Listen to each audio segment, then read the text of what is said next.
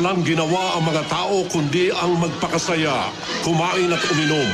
Para sila mga batang nawawala sa sarili at nagtatanggal sila ng mga kasuotan. At ang mga masama ay parang maalong dagat kung saan ang tubig na may dalang putik at dumi. Puro kasamaan lahat ang kanilang ginagawa. Mas masama pa sa mundo. Pawang kaguluhan at paglalasing, lahat sila ay naging alipin na ng kasalanan. At makikita roon ang lahat ng uri ng pagsuway sa Diyos. At gawa ng kamunduhan, pati pangangalon niya. Init ng katawan, karumihan, pagsamba sa Diyos-Diyosan at kaguluhan, kayabangan at puot, at puno ng kaapihan at mga immoral na gawain. At alam ni Aaron na nilagay niya ang lahat sa kahihiyan. Abiram! Tora! Talian ng alay gamit ang kordon. Itali siya sa sungay ng altar. Wag! Itiwan niyo ako! Maawa kayo!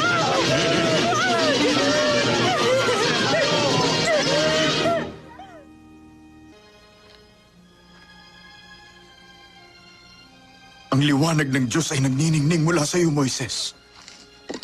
Hindi mo kailangan lumuhod sa akin, Josue. Ano yung nasa bato? Isinulat ng Diyos ang kanyang 10 kautusan.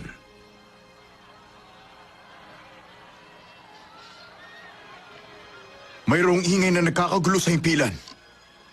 Hindi yun ingay ng nagkakagulo, kundi ingay yon ng kantahan at kasayahan.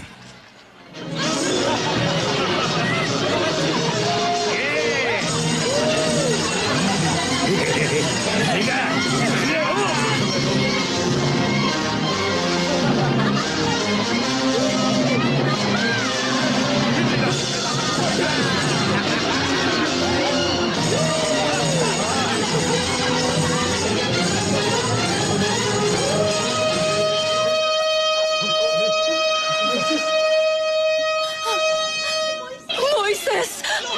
Si Moises! Si Moises! Tingnan niyo! Josue! Bighati ang darating sa inyo, O Israel!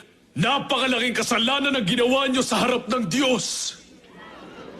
Hindi kayo karapat-dapat na makatanggap nitong 10 utos! Aaron,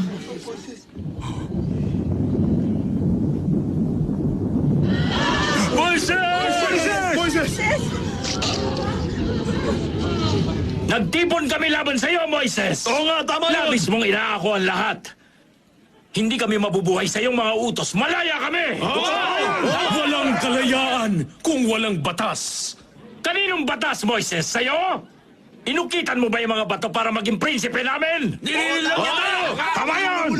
Sino sa inyo ang nasa panig ng Panginoon? Lumapit kayo sa akin!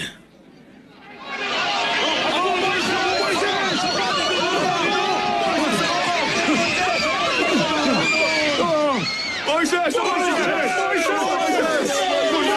Tingnan mo sila! Hindi ako! Sinupa mo kami! Talat ang mga tao nagpagawa sa akin noon! Josue! Josue! Wala siyang pinakitang lugar na puno ng gatas at punong pukyutan. Pinakita ko sa inyo ang gintong Diyos. Sumama kayo sa akin! Lapastangan sa Diyos! kayo! Sumasamba sa Diyos-Diyosan! Sumama kayo lahat! Dahil sa inyong kalapastanganan ang inumin niyo ay tubig ng kapaitan. Pinagkaloob sa inyo ng Diyos sa araw na ito ang kanyang kautusan. At kabutihan, at kamatayan, at kasamaan.